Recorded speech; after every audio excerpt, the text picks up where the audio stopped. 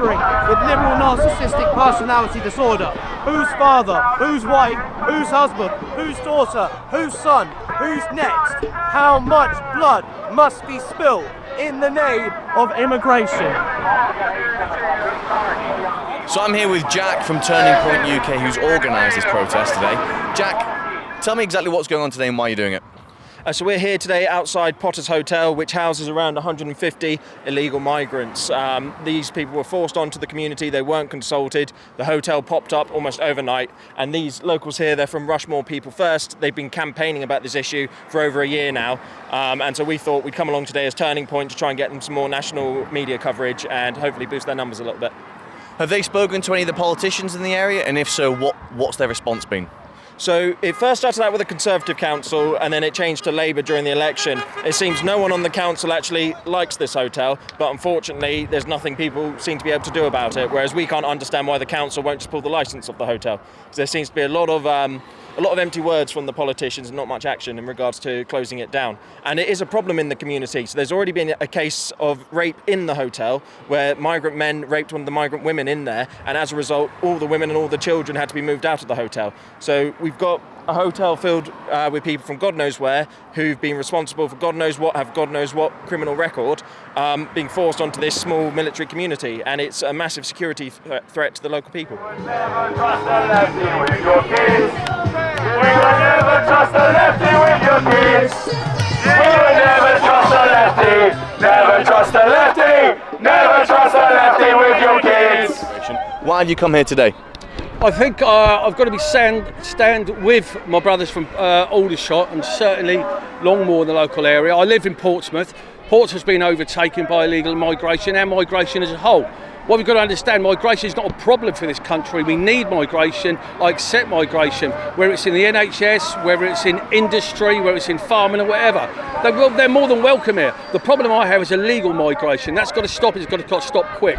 We're allowing dozens and dozens, hundreds of young, undocumented, unvetted men to come to our country on boats every single day. And our government, certainly under the Keir Starmer government, are doing absolutely nothing about it. Nothing about it whatsoever. They've got the opportunity to do it if they want to. They decide not to. For me, it's a planned invasion of Britain. It's as simple as that. That's going to continue until we have marches like this, till we have peaceful protests like this to view our opinions. What we've got to get the message out to is the silent majority. There are tens and tens of thousands of people out there totally agree with what my stance is. I speak to them on a regular basis. Unfortunately, what they're doing, they're cancelled out of saying what they feel.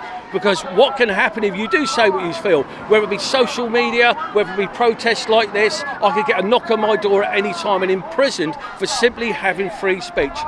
So early into the protest, and everything is actually very peaceful. There is a much larger anti-illegal immigration patriotic group, which is over my right shoulder, and over there is a small stand up to racism and anti-fascism group with their megaphones chanting pro-immigration propaganda. Now, unfortunately, the police aren't letting us go beyond the halfway point purely because of the side of which we've come here today.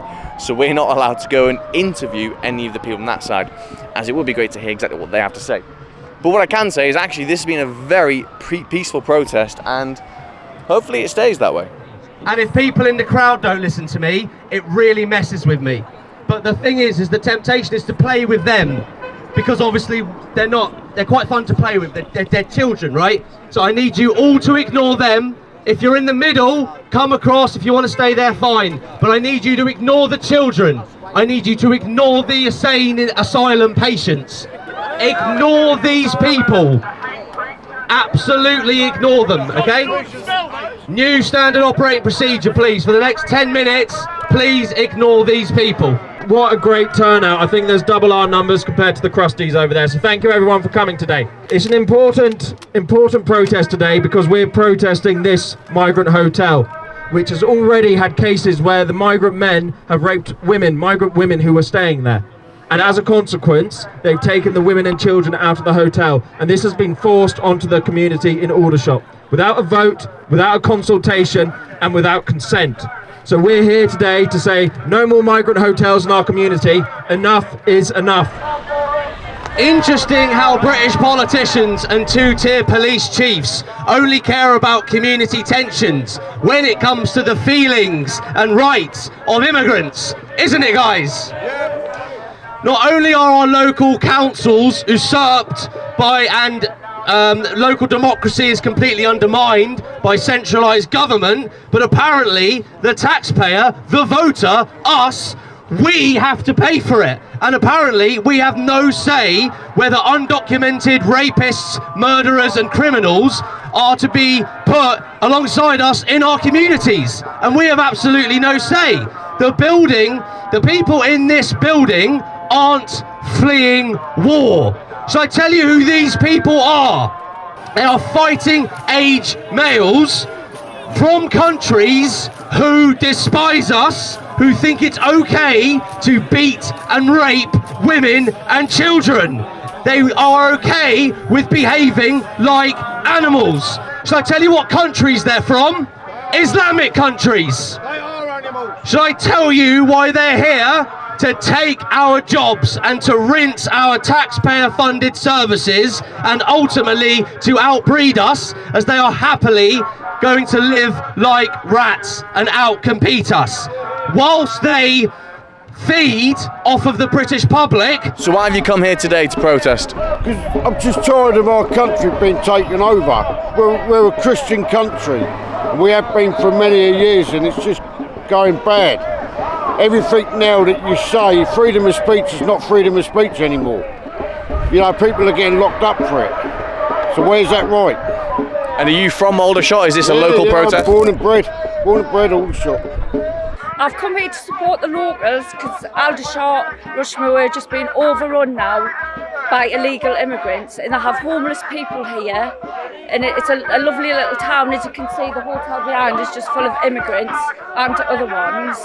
And it's just disgusting how the people here, local people, are not being put first. And what's your biggest concern when it comes to illegal immigration? What's your biggest worry? Just like the takeover, you know, if the pushing in to like the rights of local people, like the housing situation, like money funding and things like that, and they seem to get put first. So Nick, why have you come here today here in Aldershot? Sure, this building is filled with illegal immigrants. These people over here stand up to racism, unite against fascism, funded by Hope Not Hate, Socialist Worker Party. These people are communists. They are domestic terrorists because they want these people to stay here, and worse, they issue and deploy far-left totalitarian propaganda, which is to say that these people aren't illegal, they're refugees. This serves to confuse and deflate the public, as it would anyone, naturally, because obviously we're liberal Britain, so we have to bend over and help absolutely everyone. My question is, how much blood should be spilled in the name of immigration? Put that to the communists, to the socialists and to the radical centrists. We don't know where these people have come from. They've been completely usurped at the local level democratically. It's all controlled by centralised government. If you control the majority in government, you control the Home Office. If you control the Home Office, you now control Britain. And what sort of reception do these because you've been to a few of these protests. Yeah. What sort of reception do you tend to get from the police and from the opposing crowd?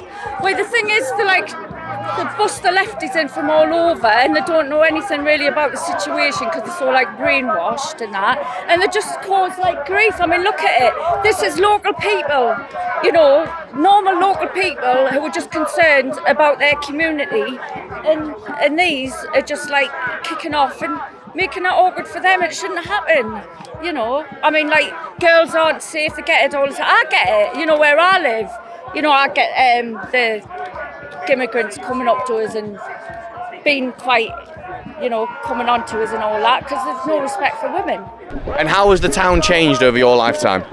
Massively. Since the army left here, the Powers was here back in the day, and it used to be a good vibe. Everything about the town, you could walk through the high street and the high street would be absolutely loads of people. Not just white people either, there'd be all walks of life. But now it's just all changed. And you know it has. You see it yourself. It's all changed. These people are domestic terrorists. These people are illegals. There is only one solution for Britain: send them home. Mass deportations and remigration.